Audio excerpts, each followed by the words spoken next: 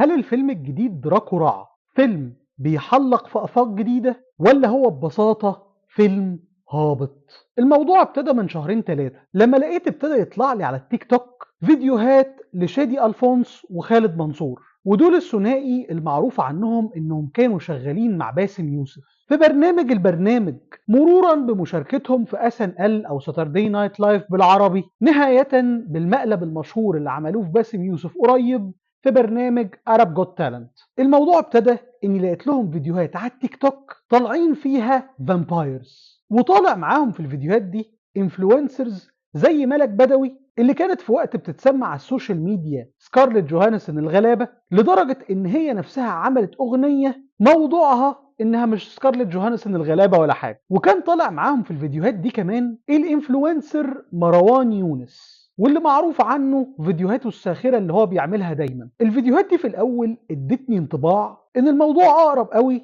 انه يكون واحد من سكتشاتهم اللي كانوا بيعملوها زمان في SNL، خصوصا ان ما كانش فيه سقف خالص لموضوعات سكتشات SNL من ناحية الخيال، لغاية لما اتفاجئت ان الموضوع تحول من مجرد فيديوهات معشوقة الى انه بقى فيه تيزر تريلر، وبعدين بقى فيه اعلان رسمي لفيلم. بقدر توجسي شوية من ان ده فيلم وان ده الكاست اللي هيشيل الفيلم، بس لاني واثق شوية في شادي وخالد ومسيرتهم الفنية والابداعية ولحبي للخيال الجامح ده، بما اني قارئ كوميكس وروايات ومشاهد للافلام اللي من الانواع دي قوي، فلا زلت رغم توتري كنت عايز اتفرج على الفيلم برضه. وعرفت بعدها ان الفيلم صدر في السينمات في نهايات اكتوبر 2024، فما جاتش الفرصة او بشكل ادق ما جاتليش الجرأة اشتري تذكرة سينما واخشه، لحد لما حصل اللي حقق حلمي، لما في اواخر نوفمبر لقيت ان الفيلم نزل على طول على منصة يانجو بلاي. بقدر ما انبسطت بقدر ما قلقت، لانه ايه الحاجة اللي تخلي فيلم يحرق نفسه على ستريمينج سيرفيس في اقل من شهر؟ ولما دورت شوية تدوير بسيط اكتشفت انه محققش تذاكر قوي في دور العرض، ويمكن عشان كده قال يلحق وهو ليه قيمة عالية يبيع عليها على طول في ستريمينج سيرفيس، ويلحق الفايب والحملة الإعلانية البسيطة اللي تمت، عشان اللي لسه عنده حماس ولو بسيط يلاقي الفيلم على المنصة ويتفرج عليه، فما يكونش خسر كل حاجة. من الآخر بيطرق على الحديد وهو ساخن يعني. ولو ده كان غرضه فاللي عمله كان مظبوط، لأن أنا أهو كنت واحد من المشاهدين اللي مستنيين الفرصة دي فعلا. وحتى لما عرفت موضوع التذاكر ده ان الفيلم يعني ما باعش تذاكر كتيرة، قلت عادي، ياما في الفن كان في افلام وروايات وكوميكس تبقى عصرها الناس ما فهموهاش وما قدروهاش في وقتها، بس مع الوقت لما اتهضمت فنيا وابتدى يبان مع الزمن قد ايه موضوع الفيلم مش بيؤثر بس في الجيل بتاعه انما كمان في الاجيال اللي بعده، اتقدر وكمل كمحاولة ابداعية حتى. ومن هنا جه سؤالي اللي سألته لنفسي قبل ما اشوف الفيلم، واللي هحاول ارد عليه معاكم في حلقتنا النهارده بعد ما شفت الفيلم. السؤال اللي بيقول: هل فيلم دراكو رع فيلم بيحلق في آفاق جديدة فعلا وبيقدم تجربة تدريجيا هنفهمها في المستقبل، ولا الفيلم ببساطة فشله أصلي؟ يعني هو فيلم ما حققش مش عيبا في الجمهور، إنما لأنه ببساطة فيلم تقنيا فاشل معرفش يحكي حدوتة حلوة. دايما عشان أجاوب عن النوع ده من الأسئلة بحب أستند على السيناريو والحدوتة، لأنها الحاجة الوحيدة اللي أثناء سردها بتوضح العيوب، إن كان في عيب في الفكرة ولا الحدوتة ولا حتى مشاكل تقنية حجبت إن الحدوتة توصل بشكل كويس. طيب مبدئيا الفيلم بيبتدي بأخين مصاصين دماء عايشين من أيام الفراعنة، رمسيس اللي بيجسده شادي ألفونس وأحمس اللي بيجسده خالد منصور. الفيلم بيجيب ازاي الاخين دول كانوا عايشين على مدار التاريخ بشكل بصراحة كان فكرته لذيذة وبداية حلوة للفيلم، خصوصا مع توضيح اختلاف اللغات على مدار السنين لغاية لما فجأة الصورة دي اتخسف بيها سابع أرض، لأن فجأة احنا بقينا في واحد من الأزمنة اللي هو عام 1920 وبنلاقيهم في حفلة في قصر البارون، وفجأة الموضوع بيتقلب عربي عامي. الأول ببلع الحتة دي وبقول يلا زي بعضه، طالما عملوا حتة لغات في الأول فما فيش ما يمنع إنهم يكونوا بيتكلموا في العشرينات بالعامي قوي كده، يمكن كانوا بيتكلموا كده وقتها. وبعدين لقيت دراكولا شخصيا في المشهد ده في اجتماع مصاصي الدماء اللي كان معمول في قصر البارون بيتكلم عامي، مع ان اللي اعرفه على قدي انه في الاسطوره او الحدوته الاصليه بتاعته كان من موطن ترانسلفانيا، يعني ما يتكلمش عربي اصلا. بس ماشي، اديت له عذر وقلت يمكن حياته لمده طويله يكون اتعلم فيها مع الوقت العربي العامي، او حتى مع دراما الفيلم نفسها هنكتشف ان قواعد لعبه الفيلم ده ان لما مصاص دماء بيمص دم حد فبيسحب معاها مهارات الحد ده بما فيهم لغته، فممكن كمان دراكولا يبقى بيتكلم عامي للسبب ده زي بعضه. لكن اللي ما قدرتش اغفر له تماما ان اثناء الحفله دي شخصيه فان هيلسينج اللي بيجسدها مروان يونس يبقى بيقتحم الحفله ويتكلم عامي بالبساطه دي، لان فان هيلسينج في الاسطوره الاصليه لدراكولا اللي كتبها المؤلف برام ستوكر هو الدكتور اللي كان بيطارد دراكولا، وهو كمان كان ساكن في ترانسلفانيا ولا يملك لا العمر الطويل زي دراكولا انه يتعلم اللغه ولا يملك قدره مصاصين الدماء اللي يمص بيها اللغه من حد عشان يطلع يعني في الفيلم يبقى بيتكلم عامي قوي كده. ولا حتى هقدر ابرر له ببساطه انه اتعلم اللغه عشان يجي يطارد دراكولا في مصر، يعني لانه حتى لو كان اتعلمها كان على الاقل هيتكلمها مكسر شويه حتى، ودي حاجه مروان يونس ما عملهاش في الشخصيه. مروان يونس دخل بالشخصيه كانه مروان يونس لابس فان هيلسينج في حفله هالوين وبيتكلم عادي، وهو كان لابس فان هيلسينج نسخه هيو جاكمان على فكره، اللي طلع في الفيلم بتاعه ان فان هيلسينج واد فت كده مش دكتور كبير زي الاسطوره الاصليه. يمكن اللي هيعرف مروان يونس يجسده كويس شويه بشكل ارحم هو سيد فان هيلسينج حفيد فان هيلسينج الكبير، بس ده لان الشخصيه شخصيه مصري فعلا، لكن تجسيد الجد من وجهه نظري كان كارثه. فتمام، دي كانت اول خبطه في الفيلم بالنسبه لي، انه رسى قواعد لعبه انه هيلعب لغه وبعدين فجاه سقطها بعنف. وكل اللي جمعناه من المقدمه كمعلومه مهمه كانت ان في الحفله دي كان في بنت بيحبها رمسيس في 1920 واجهته ان كان فعلا هو مصاص دماء زي ما الناس بتقول ولا لا. وبعدين لما ما بيعرفش يكذب عليها واثناء هجوم الناس على قصر البارون بتتقتل اثناء الهجوم ده وهي لسه مصدومه منه. والبنت دي اللي بتجسدها بتكون ملك بدوي، عشان زي ما توقعتم دلوقتي هنشوفها كمان شويه تاني في الفيلم في زماننا الحالي، وده هيكون جزء من عقده الفيلم. بعد كل ده بقى بيجي عصرنا وبتبان التترات وسط مواسير شايله دم عشان بتكون نازله لبلاعه تحت خالص، مع ان في العادي ما بيبقاش في حد عنده مشكله معاها، بس انا كان عندي مشكله كبيره مع تترات الفيلم ده. مبدئيا التترات وضحت جدا ضعف المزيكا سواء فيها في التترات او بعد كده على مدار الفيلم. المزيكا من الاخر في الفيلم ده كانت بتتعمل كانها تراك، خده حطه في خلفيه اي مشهد انت عايزه والسلام. مفيش جو هانز زيمر ده انه انا هعمل لك مزيكا بجد مسطره على المشهد، انسى الكلام ده في الفيلم ده. عشان كده حتى في مشاهد الاكشن المزيكا كانت بتبقى غريبة جدا، لا هي عاملة زي مزيكة مشاهد الأكشن اللي كانت في فيلم زي شارلوك هولمز 2 اللي كنت بتحس فيه بيت المزيكا مع المطاردة كده، ولا هي عاملة زي مزيكة الأكشن الكوميدي من أيام فؤاد المهندس أو ثلاثي أضواء المسرح مع حسن يوسف لما كانت تقوم عركة فتحس إن المشهد عبثي كوميدي مقصود إنه يبقى كوميدي حتى بمزيكته. لأن في فيلمنا النهاردة هي كانت بتبقى مزيكا درامية وخلاص بتتحط مع المشهد في محاولة تقليد ضعيف جدا للمخرج زاك سنايدر ان بعض مشاهد الاكشن تبقى سلو موشن وخلاص بطريقة مش متناغمة مع المزيكا، لان المزيكا مجرد مزيكا شغالة في الخلفية وخلاص بدون اي مراعاة للمشهد. المزيكا كانت بجد ضعيفة جدا، وما اعتقدش ان ده بس ضعف الفنان اللي حط المزيكا انما ضعف توجيه من المخرج انه يوجه المزيكا في الحتة اللي هو عايزها، لانه ببساطة ما كانش مركز انه عايز حاجة اصلا في الحتة دي. والمزيكا بان ضعفها في التترات لان التترات بقدر ما كانت معتمدة على فكرة الا وهي فكرة المواسير، الا انه مع الوقت لما ما كانش فيه تجديد في الرؤية قلبت تترات مملة. يعني لو انت عايز تلعب تترات مع جرافيكس روح اتعلم من تترات جيمس بوند اللي مع كل مجموعة تترات بتشوف جرافيك او صورة مرئية جديدة تكسر الملل. لكن تترات على مواسير مستمرة كسرت التيمبو أو رتم الفيلم اللي كان المفروض يبقى سريع وقلبت بملل.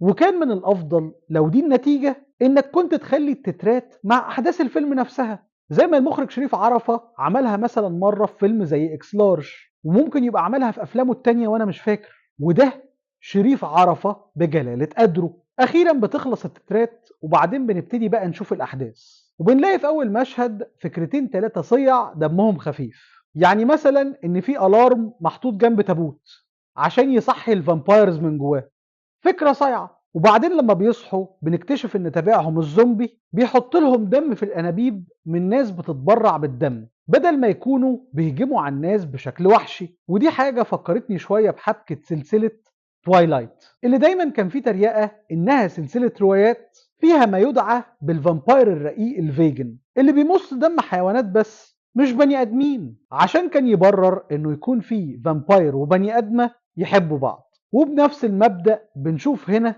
إن مصاصي الدماء الأخين رمسيس وأحمس، واللي في عصرنا بيبقى اسمهم رمزي وأحمد، مش بيمصوا الدم بشكل وحشي إنما بتبرع الناس بدمها. وعليها بقى شوية إفيهات مصرية من إن الدم قطع زي المية قطعت وكده. وهتستغربوا إن رغم إني ابتديت بنقد عنيف للفيلم إلا إني في الحتة دي ما عنديش مشكلة معاها، بالعكس مقدرها، لأن ما بيبقاش عندي مشكلة قوي مع فكرة الاقتباس. يعني مثلا فيلم زي ألف مبروك مستوحى من فيلم زي جراوند هوك داي وطلع فيلم تحفة. الحرب العالمية الثالثة مستوحى مثلا من فيلم نايت ات ذا ميوزيوم وفيلم بجد حلو جدا. فيلم الجزيرة نفسه مستوحى من فيلم جاد فازر وهو فيلم عظيم. فطول ما انت قادر تاخد من الخامة الأصلية وتجدد عليها بالشكل اللي يناسبك وتمصر من غير إقحام، فأنا هبقى تمام قوي معاك. وده من وجهة نظري اللي حصل في المشهد ده من الداخلة. ومش ده بس على فكرة، اللي كان في حاجات هم مستوحين منها بس. تمام، أنا مع كل ده كنت تمام. اللي جاي بقى هو اللي بالنسبة لي ما كانش تمام، لأن بسبب استفزاز من التابع بتاعهم لما قال لهم إنهم معتمدين عليه عشان هو اللي بيجيب لهم يعني الدم اللي بيشربوه وبيفضلوا عايشين، فهم بيقرروا إنهم هيطلعوا ويصطادوا بنفسهم، بإنهم هيشوفوا حد في حادثة وبينزف ويلحقوا يسحبوا منه شوية قبل ما يتنقل على المستشفى ويتعالج. أثناء ما بيعملوا كده من غير ما يقصدوا بيخبطوا بنت شبه الأميرة اللي كان بيحبها رمسيس من 1920 وخسرها بسبب إنه كان مصاص دماء. وبعدين بينقلها هو وأخوه أحمس على المستشفى عشان نتعرف هناك على أختها اللي بنكتشف إنها باحثة في الآثار وبتفهم في اللغات الميتة بتاعت زمان. عندي مشكلة كبيرة قوي أنا بقى مع الدخلة دي، واللي لو هديها اسم هسميها يا محاسن الصدف، إنه من وسط كل الناس يتكعبل في واحدة شبه الأميرة بالظبط. لو مش بس كده، ده البنت دي أختها بتعرف تفك الخط الهيروغليفي، الحاجة اللي هتساعدهم في حاجة هنتكلم عليها كمان شوية، اللي هو بجد أنا بالنسبة لي التركيبة دي من تعرف الشخصيات على بعض اسمها الوحيد بالنسبة لي ليزي رايتنج، أو كتابة كسولة من حد كان ناوي يكتب عقد مش عارف هيفكها ازاي ببطل يبقى معتمد على نفسه، فقرر يخلي العيلة السعيدة من أبطال الفيلم عندهم كل المواهب من الأول عشان نبتدي نحكي الحدوتة. الحاجة اللي بتخلي عقدة الفيلم مشتتة شوية هو أنا لقطتها في النهاية، بس طريقة حكيها مفرط مش تركيزها في حتة واحدة هو اللي لخبط الدنيا. لأنه في العادي المؤلفين بيحطوا هدف بطل الفيلم في تاني ربع أو نص ساعة من الفيلم عشان باقي الفيلم نتفرج احنا على البطل هيوصل للهدف ده ازاي. بس في فيلمنا هنا المؤلف فرش الهدف على أهداف على مدار الفيلم، فما بقاش فيه كلايمكس قوي زي ما هنشوف كمان شوية. لأن كلايمكس عادة بيبقى الوصول للهدف اللي قلناه في أول الفيلم مع الهبدة اللي بتحصل للبطل لما بيفشل في الوصول بتغيير للبطل بالمورل بالنهاية. لكن احنا هنا ما كناش عارفين الهدف مركز عشان نقدر نعرف هو ايه الكلايمكس. والدليل اني متأكد اننا لو سألنا مشاهدين الفيلم بل وابطاله نفسهم هو مين كان بطل الفيلم الحقيقي وهدفه كان ايه، فالردود هتختلف. في كل الحالات خلونا نتفق ان بطل الفيلم كان رمسيس شادي ألفونس مش اخوه احمس او خالد منصور.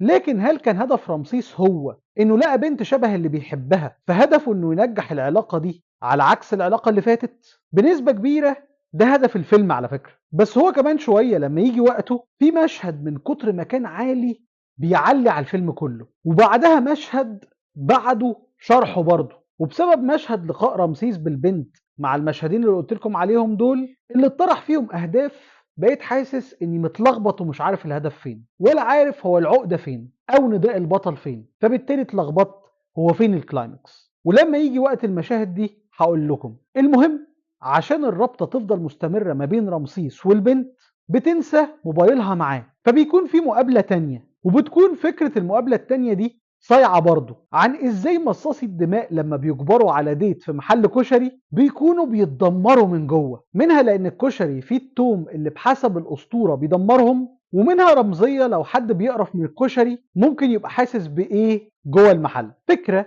دمها خفيف. والحوار بيتطور ان البنت بيطلع عليها في التصوير وبتكون عايزه تشوف كاميرا قديمه هو عارف ان والده كان بيملكها من زمان، فبيروح هو واحمس اخوه القصر عشان يدوروا على الكاميرا. فبيجي المشهد اللي اخيرا بيعلي الفيلم شويه، وهو انهم بيلاقوا وصيه من الاب بيحكي لهم فيها السيكريت اوريجين بتاعهم او اصلهم السري عن ازاي اتحولوا وصاروا على ما هم عليه. ان ابوهم كان كاهن للفرعون وحب امهم اللي هي كانت من عيله اسمها الدراكوا، ولما ابن الفرعون شخصيا حب امهم وهي رفضته، خلى رئيس الكهنه بتاعه يعمل لعنة الأم وعيلتها كلها، خلتهم ما يبقوش عايشين غير بمص الدم وما يقدروش يستحملوا الشمس، وإنهم رمسيس وأحمس اتولدوا بعد اللعنة. ولأن أبوهم كان الكاهن اللي ما كانش ملعون بس أمهم هي اللي ملعونة، فاتولدوا نصهم بشري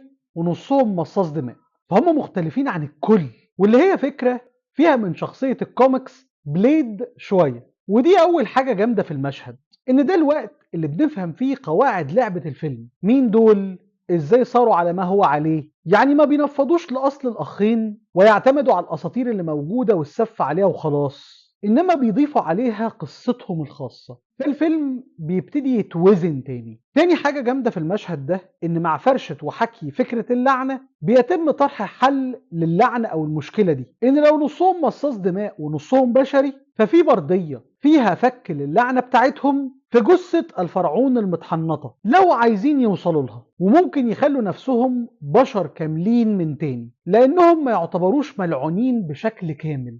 الحاجة التالتة الجامدة جدا في المشهد ده إنه كان بداية لدراما قوية في الفيلم، إنه لأول مرة في الفيلم الأخين بيختلفوا، واحد فيهم عايز يتغير لبشري عشان البنت اللي لقاها وبيحبها، والتاني عايز ما يعملش كده عشان مستمتع بحالة الأبدية اللي هو فيها. وده اللي خلاني أشك إن من كتر ما المشهد ده كان قوي إن المشهد ده هو الفيلم وإن هي دي الحدوتة، مع إن للأسف مع تكملة الفيلم العقدة بتطلع من تاني مش في فك اللعنة إنما بالأكتر في كسب حب البنت.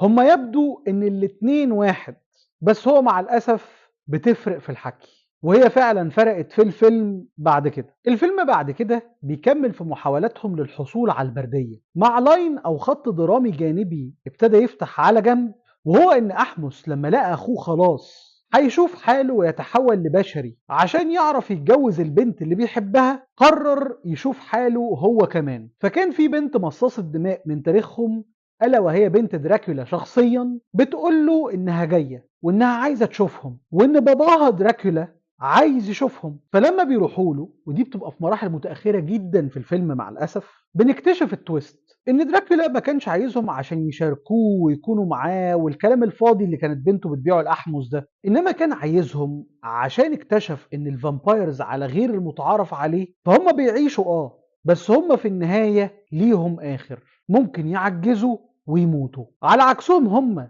اللي نص بني ادمين ونص دراكوة، فعندهم قدرات خاصة زي انهم ما بيعجزوش فعلا ولا بيموتوا، وانه عايز يحجزهم عنده عشان يكون بيمص من دمهم فده يمدله في عمره لما يكون بيسحب من دمهم فبالتالي يسحب من مقدرتهم الا وهي عدم الموت.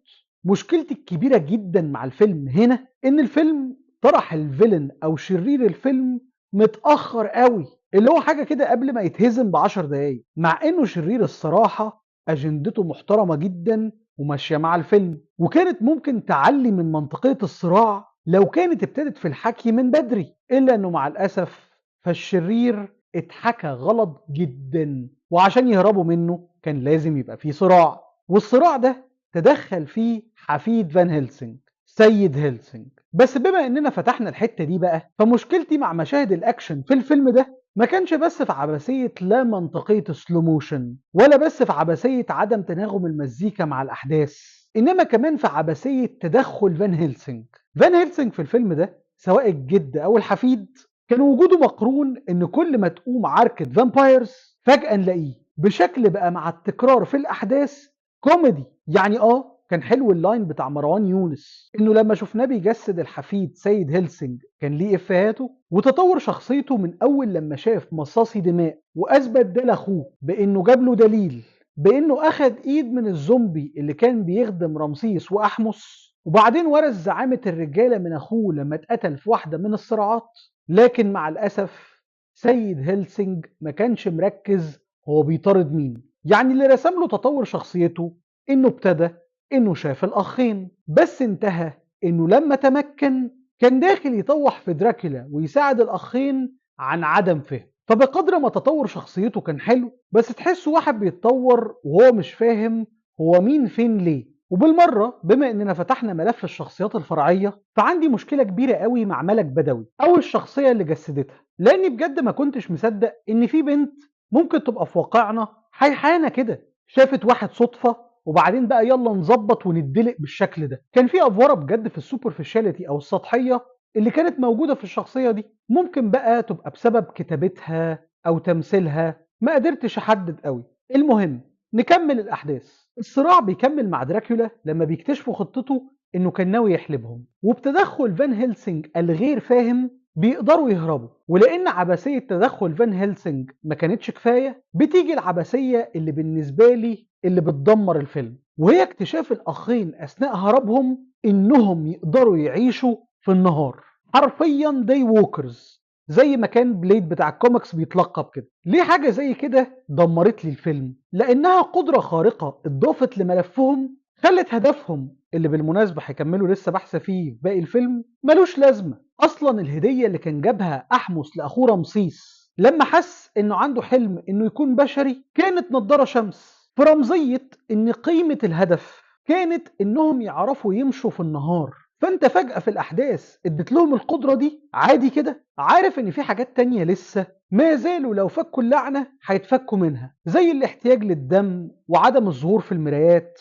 بس ليه؟ المشكله ان الفيلم لما كمل فعلا ما كانش فيه اي قيمه انهم يكتشفوا القوه دي، على الاقل من وجهه نظري. قضوا شويه وقت لطيف مع الاختين لكن بس كده مفيش حاجه تانية. ما علينا. اخيرا جه الميعاد الرسمي للتويست، لما البنت من حبها للتصوير لما بتيجي تحمض الصور بتكتشف ان رمسيس او حبيبها رمزي مش موجود في الصور. ولما بتواجه رمسيس وكأن التاريخ بيعيد نفسه، فهو لما بيجي يوضح لها ويشرح لها بتسيبه وتمشي. على قد ما المشهد ده بالنسبة لي كان كوميدي شوية من ان ملك بدوي كانت بتسيبه وكأنها بتسيب واحد صاحبها كان بيكذب عليها او بيخونها، مش مثلا مرعوبة انه وحش او فامباير، بقدر ما المشهد ده كان فيه بوتنشال كبير قوي انه يرجع يظبط الفيلم من تاني. لانه في اللحظة دي رمسيس بيقرر انه يتخلى عن حلم انه يكون بشري ويفك اللعنة، بعد ما بيبقى اخيرا احمس اخوه كان ابتدى يقبل الفكرة، الحاجة اللي هي كانت عكس بداية الفيلم وكان ممكن يتبني عليها دراما وصراع جديد ما بين الأخين كان جدير إنه يحلي ما تبقى من الفيلم. إلا إن أحلامي كلها اتبخرت لما لقيت ملك بدوي رجعله تاني كأنه فعلا كان صاحبها اللي بيضحك عليها بس، وبتقول له أنا بس كنت محتاجة وقتي عشان أستوعب، اللي هو على رأي فيلم لا تراجع ولا استسلام. خلاص كده؟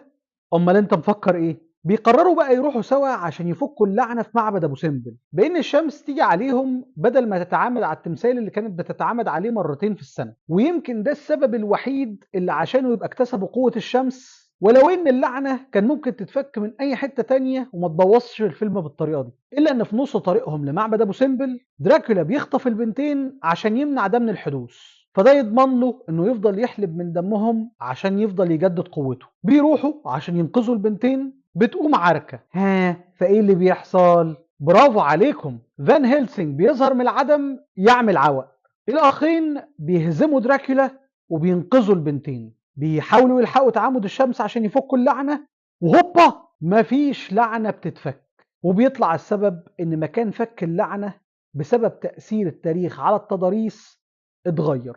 حلو طبعا الخروج بره الصندوق المتوقع بفكرة تاريخية علمية منطقية بتميك سنس. طب الحل؟ لو انتوا مش هتعرفوا تكونوا لنا بني ادمين يبقى تخلونا مصاصين دماء زيكم عشان نقضي حياتنا مع بعض. ويت وات؟ يعني ايه هو مورال الفيلم او رسالته؟ لو لقيت حد مش قابلك افكس له وكمل حياتك لغاية لما تلاقي الحد مش اللي يناسبك حتى، انما اللي يتغير عشانك كمان. ده ايه المورال التوكسيك الجميل اللي ملوش حل ده؟ ولا الفيلم حط نفسه في حته انه فيلم احداث فقط ملوش رساله، عباره عن احداث مسترسله كده وخلاص؟ الدربكه دي بانت قوي ان فجاه الفيلم كده خلص، وان بدل ما الفيلم ينتهي على كادر قوي يبان فيه تحول البطل مثلا زي معظم الافلام، لا، ده الفيلم خلص على وش الزومبي المساعد اللي ما كانش له اي قيمه تذكر في الفيلم، غير انه كان هيموت ويتعض عشان يبقى مصاص دماء زيهم. وبرضه وقت الاوكازيون والاوفر اللي اخدته الاختين انهم يتحولوا مصاصين دماء هو كمان ما نالهاش. الحاجه اللي تخليني اقول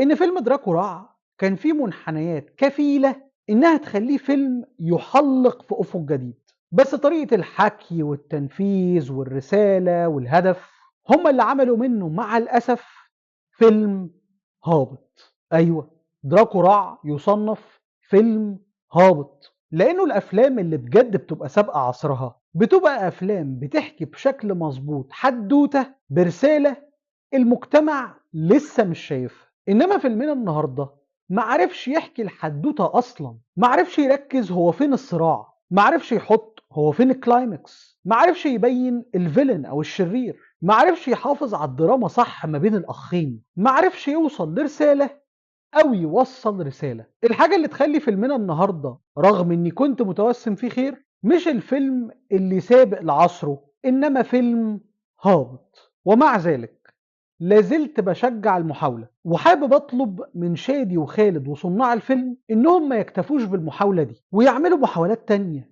بنفس الأفكار الجامحة، بشرط إنهم يتداركوا كل ما تم ذكره في الحلقة من شوية لحد لما يوصلوا للمعادلة اللي بدل ما تمص دم من السينما بالسف تكون هي اللي بتدخل للسينما دم جديد. pun intended. هستنى منكم تكتبوا لي في الكومنتات لو شفتوا دراكو راعة ولا لأ، ولو شفتوه ايه رأيكم الصريح فيه؟ هل عجبكم ولا لا؟ ويا سلام لو تشاركونا بأسماء أفلام من وجهة نظركم فشلت أول لما نزلت لكن السينما خلدتها بعد كده مع الوقت لما فهمتها. وما تنسوش لو عجبتكم الحلقة دي اعملوا لايك وسبسكرايب وشير، وما تنسوش تفعلوا زرار الجرس عشان يجيلكم إشعارات على آخر حلقات. سلام.